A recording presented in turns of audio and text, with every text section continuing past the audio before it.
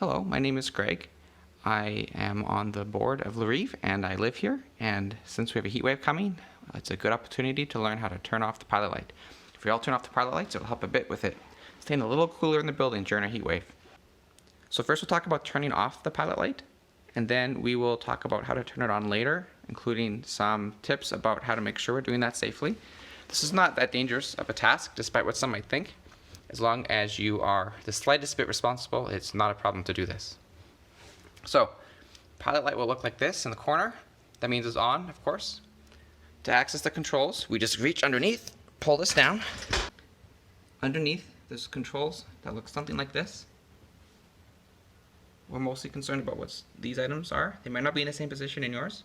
We have here the valve on the gas line, and then we have here the controls to start and turn off the fireplace, as well as to set the flow rate.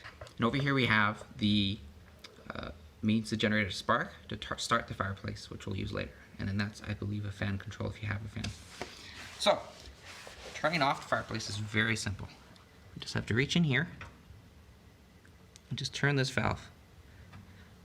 It's important to note that I turned it so that the arm is crisscrossing the pipe. So that means that the valve has been cut off.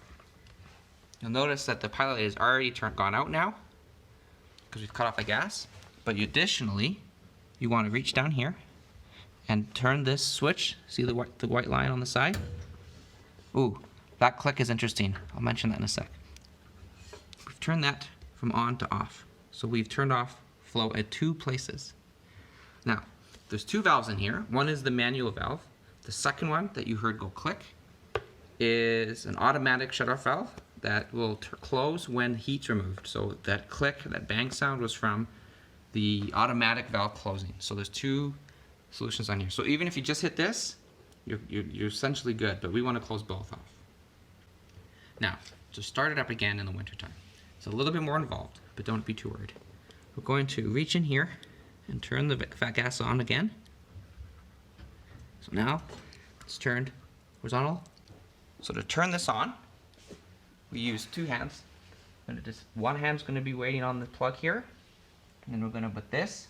We're going to turn this lever, or push it in. You got to push it in a little bit because it's kind of like a gear shift. Push it in. Turn it to pilot. Push it in. So it's got to push it all as far as you can in on pilot. So that now both valves are open. And we click this spark thing a few times until the pilot light starts. Now I've started the fireplace. You can see the pilot light is on. What you need to do after you start it is sit here and hold this pilot switch down with some pressure for about 30 seconds. That's basically overriding the automatic valve. Once that's done, you pull back on the pressure a bit and turn the switch to on position. You can see the valve's on the on position now, and everything is running. That's how we started in the winter. So, a couple safety tips. You can spend about 30 seconds or so hitting this switch button over and over and over. If at that point it doesn't start, please stop, just take a break, turn the switch back to off, just wait a couple minutes. We just want to let the gas dissipate just in case. If you smell gas while you're doing this, that just basically means you've been attempting it for a bit too long. Don't worry, you can smell the gas well before it's dangerous. That's very, very potent and it's artificially added. And if you can smell the gas, just stop, come back in 5 minutes and try again. It's quite unlikely as long as you follow these steps. Alright, so please turn off your pilot lights because it'll help a lot with cooling your home off during the heat wave. Thank you.